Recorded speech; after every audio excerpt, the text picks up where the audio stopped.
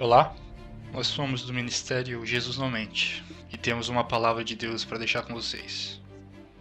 A seguinte mensagem, ela se encontra em Romanos, capítulo 7, a partir do verso 14. Porque nós sabemos que a lei é espiritual, mas eu sou carnal, vendido sobre o pecado. Porque o que eu faço, não permito. Pois o que eu quero, isso não faço, mas o que odeio, isso eu faço. E se eu faço o que não quero, eu consinto que a lei é boa. Então agora já não sou eu que faço isto, mas o pecado que habita em mim. Porque eu sei que em mim, isto é, na minha carne, não habitam coisas boas. Pois o querer está presente em mim, mas o executar, o bem eu não encontro. Porque o bem que eu quero fazer, não faço, mas o mal que não quero fazer, esse eu faço. Ora, se eu faço o que não quero, já não sou eu quem o faz, mas o pecado que habita em mim. Eu acho então esta lei, que, quando quero fazer o bem, o mal está presente comigo. Pois eu tenho prazer na lei de Deus, segundo o homem interior. Mas eu vejo outra lei nos meus membros, guerreando contra a lei da minha mente, e me trazendo cativo debaixo da lei do pecado, que está nos meus membros. Ó miserável homem que eu sou! Quem me livrará do corpo desta morte? Eu agradeço a Deus por meio de Jesus Cristo nosso Senhor. Assim, pois, com a mente, eu mesmo sirvo a lei de Deus, mas com a carne, a lei do pecado.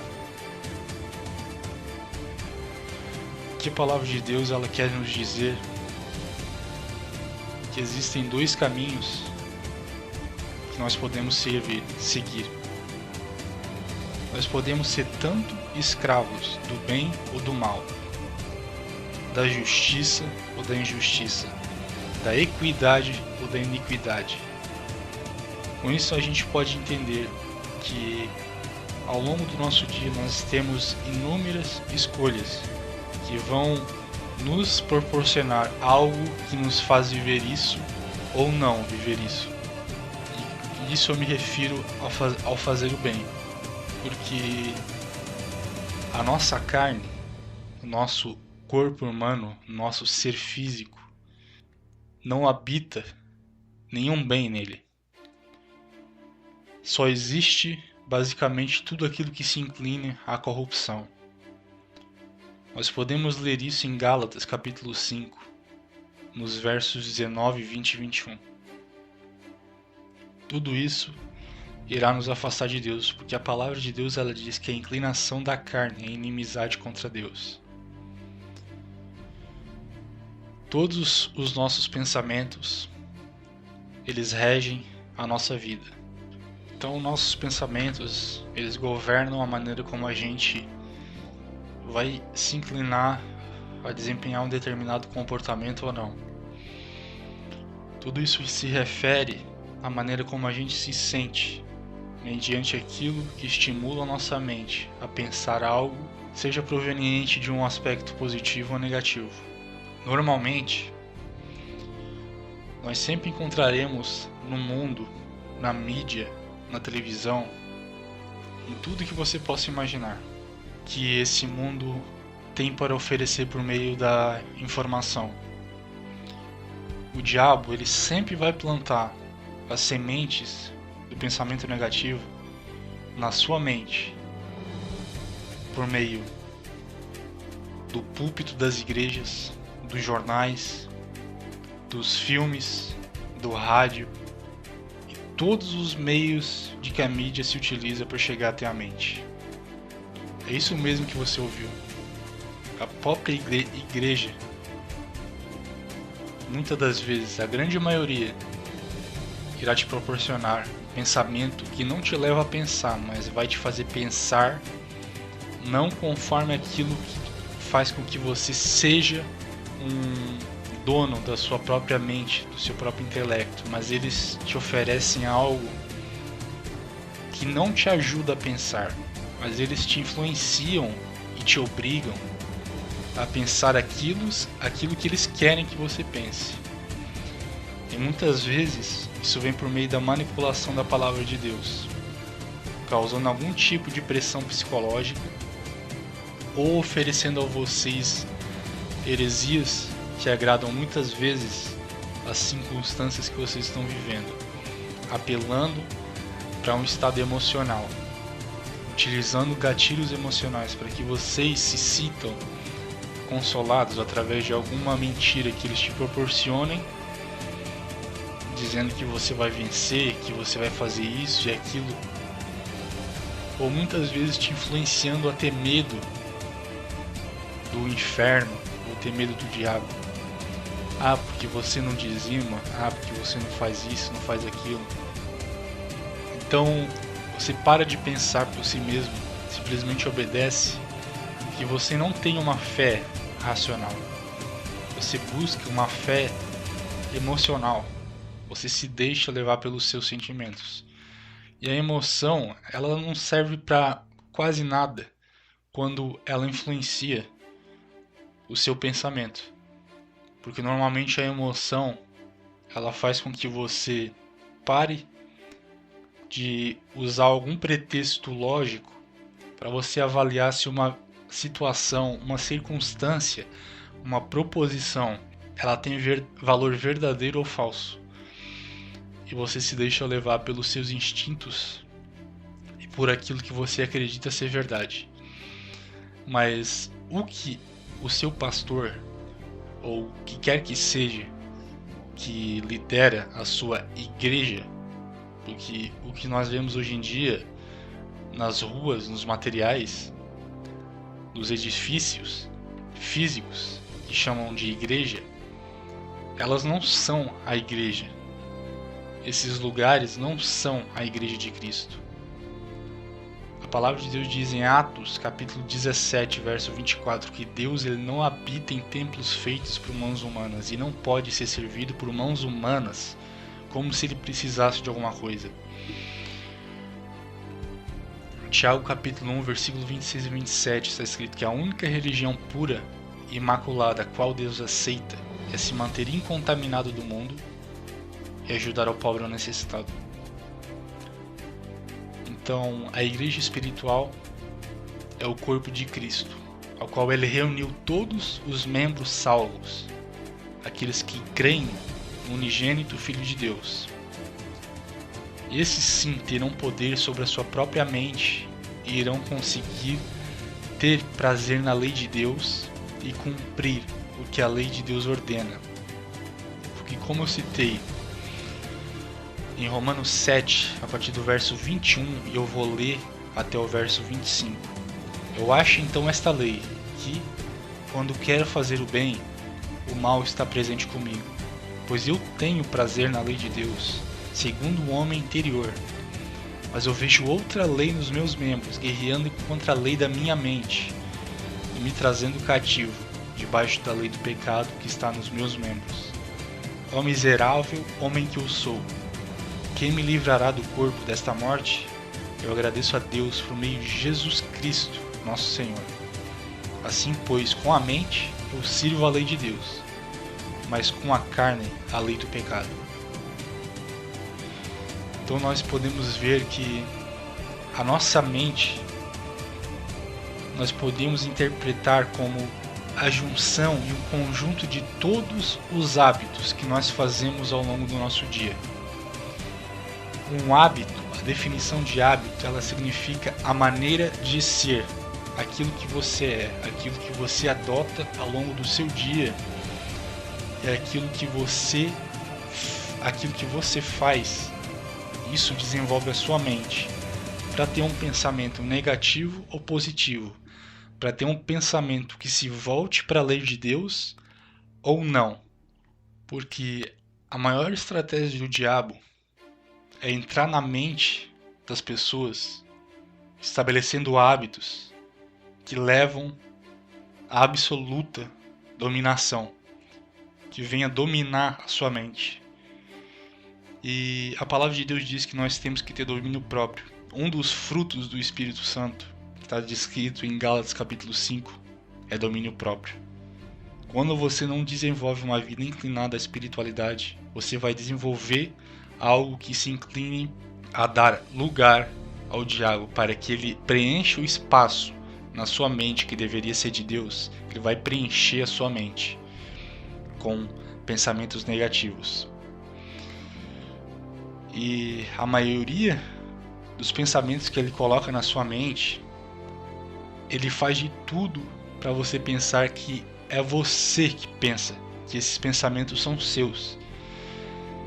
E a maioria desses pensamentos que ele coloca e implementa na sua mente, que ele incrementa na sua mente, a maioria vem por sentimentos de medo, superstição, avareza, ganância, luxúria, vingança, raiva, vaidade, preguiça, entre inúmeras outras coisas que você possa imaginar. Como nós podemos ver em Gálatas capítulo 5, verso 19, 20 e 21, nós podemos ler a partir do verso 19. Ora, as obras da carne são manifestas, e aqui estão: adultério, fornicação, impureza, lascívia, idolatria, feitiçaria, ódio, discórdia, rivalidade, ira, porfias, rebeliões, heresias, invejas, homicídios, bebedeiras, orgias e outras coisas semelhantes. A respeito destas coisas vos falo, como já vos falei outrora, que os que praticam tais coisas não hão de herdar o reino de Deus. Nós podemos ler a partir do verso 22. Mas o fruto do Espírito é amor, alegria, paz, paciência, benignidade, bondade, fé, brandura, temperança. Contra estas coisas não há lei.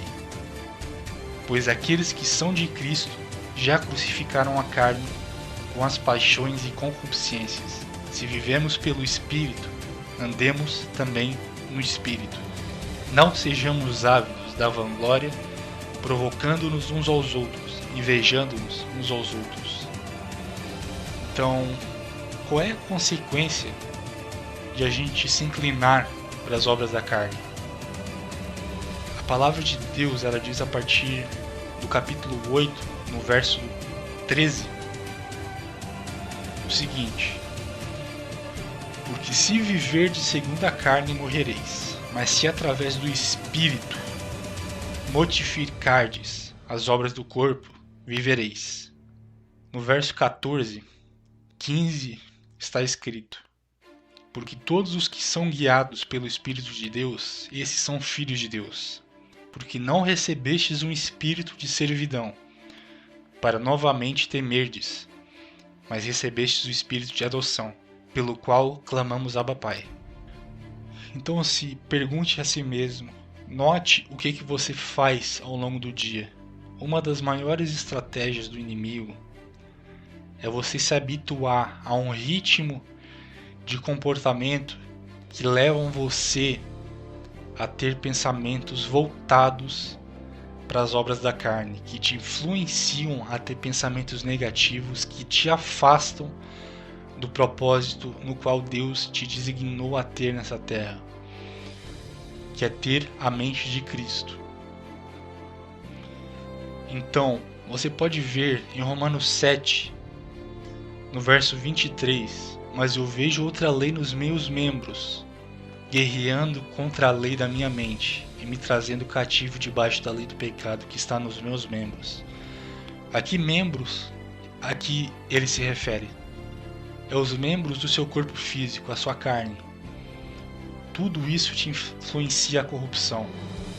Tudo isso te influencia a ter pensamentos que se voltam a te afastarem de Deus.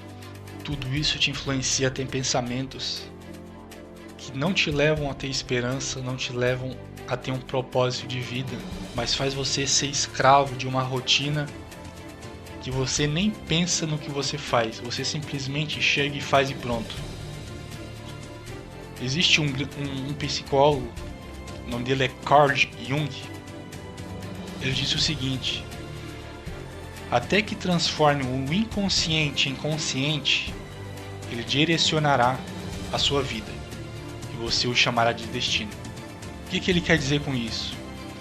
O inconsciente é algo que está impregnado na sua mente e que você não tem consciência disso, você não está a par daquilo que você faz, você simplesmente faz sem pensar, você não pensa sobre o que você vai fazer.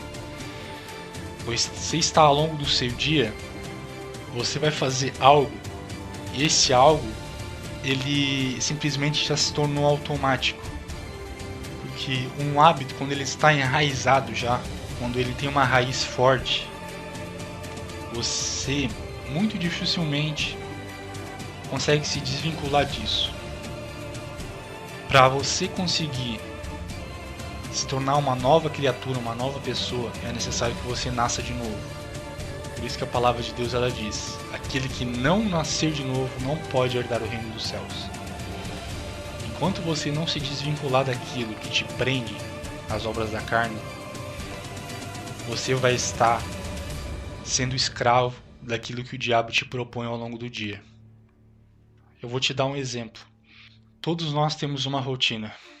Essa rotina ela pode ser tanto positiva quanto negativa. Por exemplo, você atingiu um obstáculo em um projeto no trabalho. Você encontra um problema ali, na resolução de um problema no seu trabalho. Isso é um estímulo. O próximo processo, a próxima atividade que você vai desempenhar dentro desse processo é sentir um desejo. E qual é esse desejo? Você se sente impotente e quer aliviar essa frustração desse obstáculo que você encontrou quando você estava ali desempenhando o seu trabalho. Encontrou esse obstáculo dentro do seu projeto. A terceira fase desse processo é a ação que você vai implementar para que você alivie essa frustração. E a maioria das vezes a gente recorre ao que o celular pode nos proporcionar. Isso eu me refiro às redes sociais, às mídias sociais, enfim. Então você pega o seu telefone e verifica as mídias sociais. A quarta fase desse processo é que você fica recompensado através de algo que você fez vendo a mídia social. Você satisfez o seu desejo de alívio. Então verificar as mídias sociais se associa à sensação de estagnação no trabalho.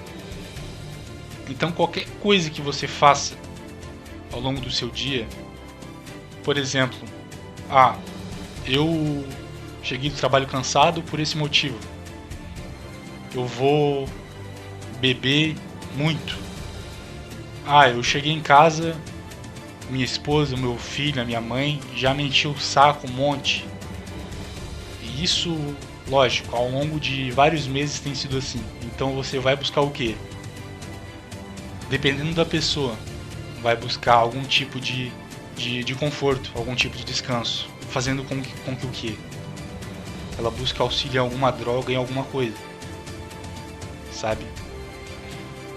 E isso é tudo que o diabo precisa. Ele quer estabelecer hábitos na sua vida.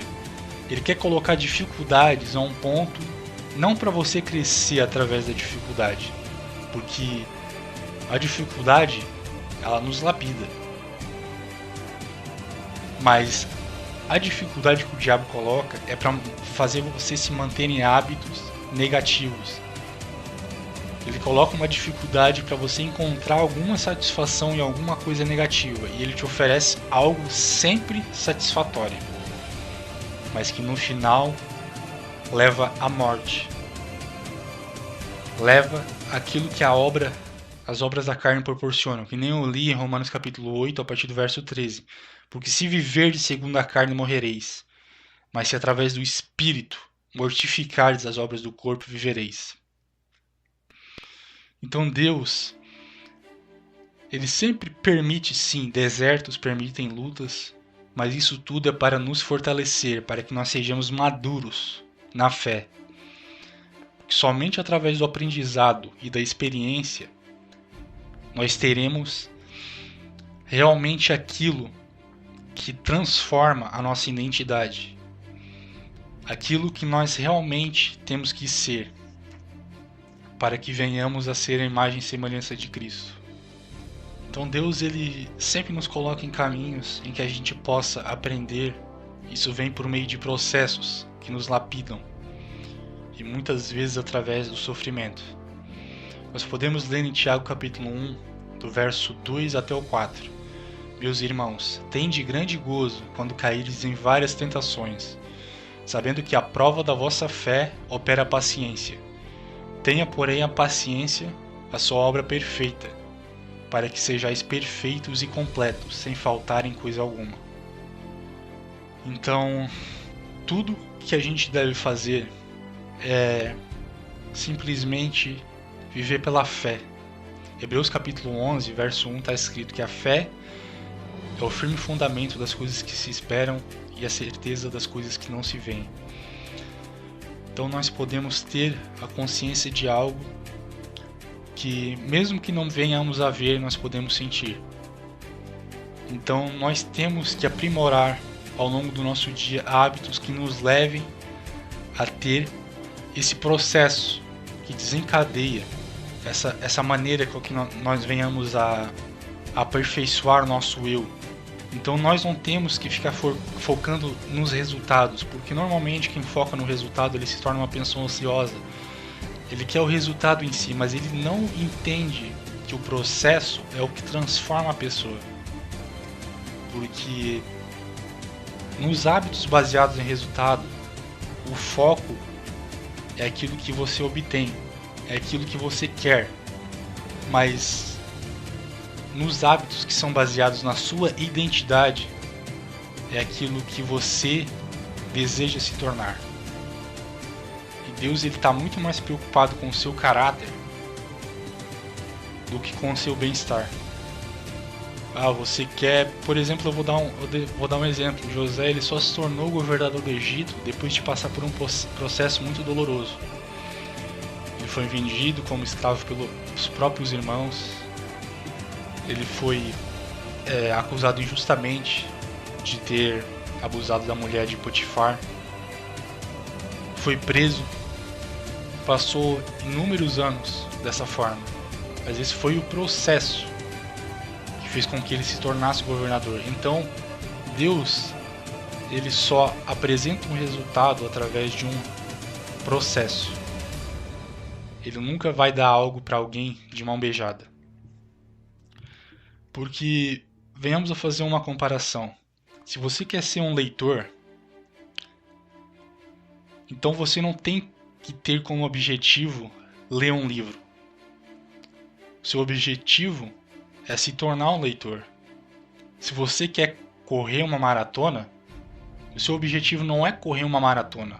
O seu objetivo é se tornar um corredor. Se você quer aprender um instrumento, o seu objetivo não deve ser aprender a tocar um instrumento. O seu objetivo é se tornar músico. Então Deus, ele moldou o caráter de José, não dando a ele o status e a patente de governador. Ele fez com que ele se tornasse governador através do processo. Só que esse processo, ele é aliado ao tempo. E o problema das pessoas ansiosas é que elas não conseguem esperar. Porque o acúmulo de hábitos influenciará naquilo que a pessoa irá ser daqui a um determinado período de tempo. E o tempo irá beneficiar essa pessoa ou irá proporcionar a ela algo negativo, dependendo daquilo que ela tem como hábito todos os dias da sua vida.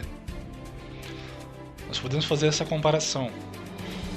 Você, por exemplo, imagine que você tem um cubo de gelo na mesa à sua frente. a sala está fria. Nesse momento a temperatura é de 25 graus, mas lentamente a sala começa a esquentar. 26 graus, 27, 28. O cubo de gelo ele ainda está na mesa à sua frente. Daí vai para 29 graus, 30, 31 e assim ainda nada acontece. Então a temperatura atinge 32 graus, o gelo começa a derreter. Uma mudança de 1 grau, de 31 para 32, fez a diferença. Aparentemente eles foram iguais aos aumentos de temperatura anteriores, mas desencadeou uma grande mudança. Então aparentemente, nesse conjunto de sequências, nesse processo, que foi de 26 graus até 31, e somente a partir do 32 o gelo começou a derreter, não significa que o 32 foi o único elemento que fez a diferença, não.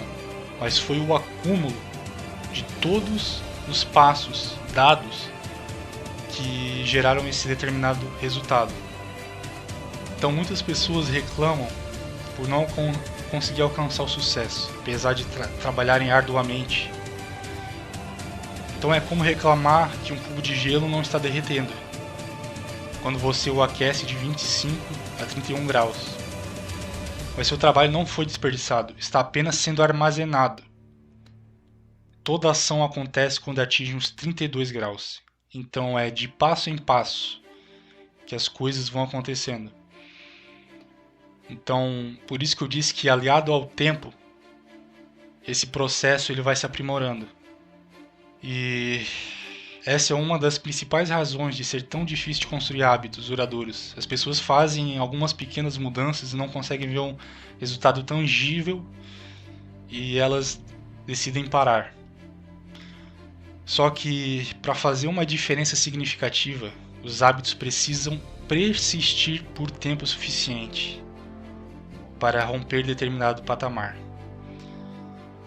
Então, de fato, o processo ele é algo que tem que ser aliado ao tempo. Só que você tem que entender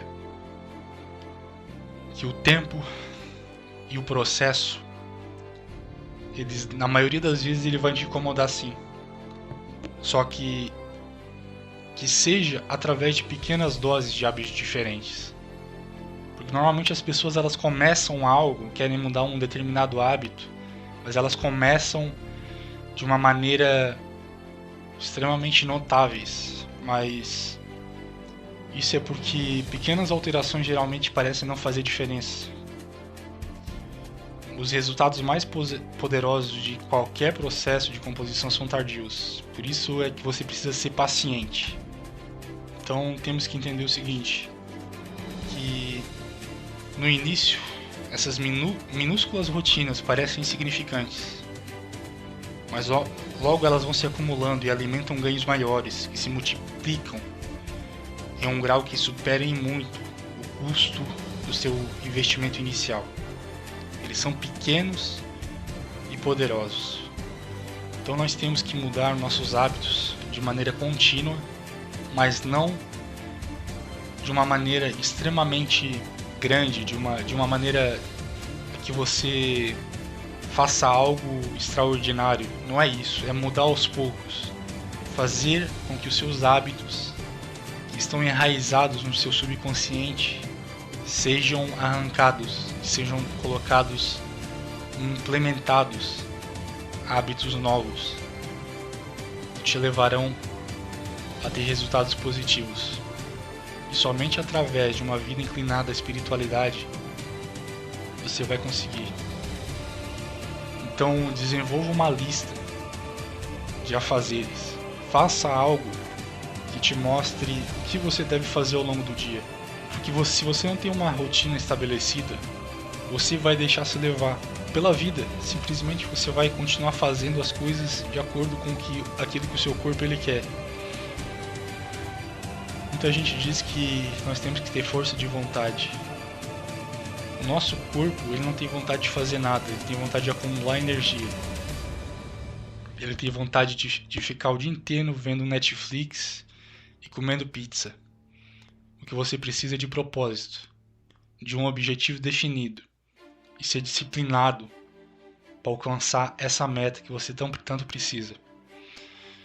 Então, pegue o seu caderno e liste o que você tem que fazer ao longo do seu dia. Acorda de manhã, coloca como hábito número 1, não vou mexer no celular. Depois eu vou orar. Em seguida eu vou ler a Bíblia. Porque a oração e a leitura da palavra de Deus, ela já nos leva a ter um pensamento mais voltado para um sentimento de esperança. E faz com que a gente se sinta mais forte e fortalecido para enfrentar o dia. E Deus, Ele se aproximará da gente. E quando você não faz isso, você praticamente está trabalhando sozinho. Mas quando você ora, é Deus que trabalha. Então, comece o seu dia com oração e termine o seu dia com oração. Porque tudo o que acontece durante o seu dia, no meio do seu dia, vai se inclinar para o bem. Tudo vai correr para o bem. Porque a palavra de Deus diz: tudo coopera para o bem daqueles que amam a Deus, são chamados segundo o seu propósito. Então viva com propósito. Não viva de maneira ambígua. Não viva de maneira imprecisa. Não se deixe levar por aquilo que você faz todos os dias, por aquilo que a grande maioria vive.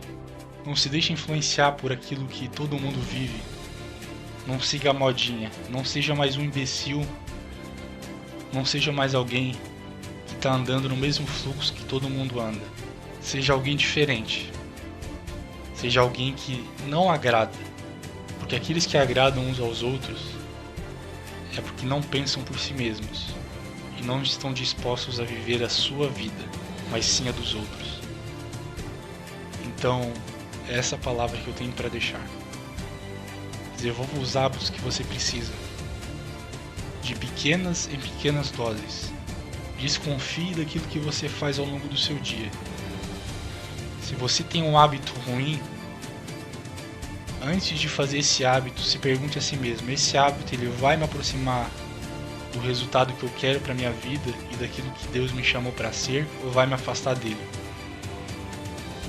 Porque se você não faz essa pergunta, é porque você está agindo inconscientemente. E você tem que tornar o seu hábito consciente.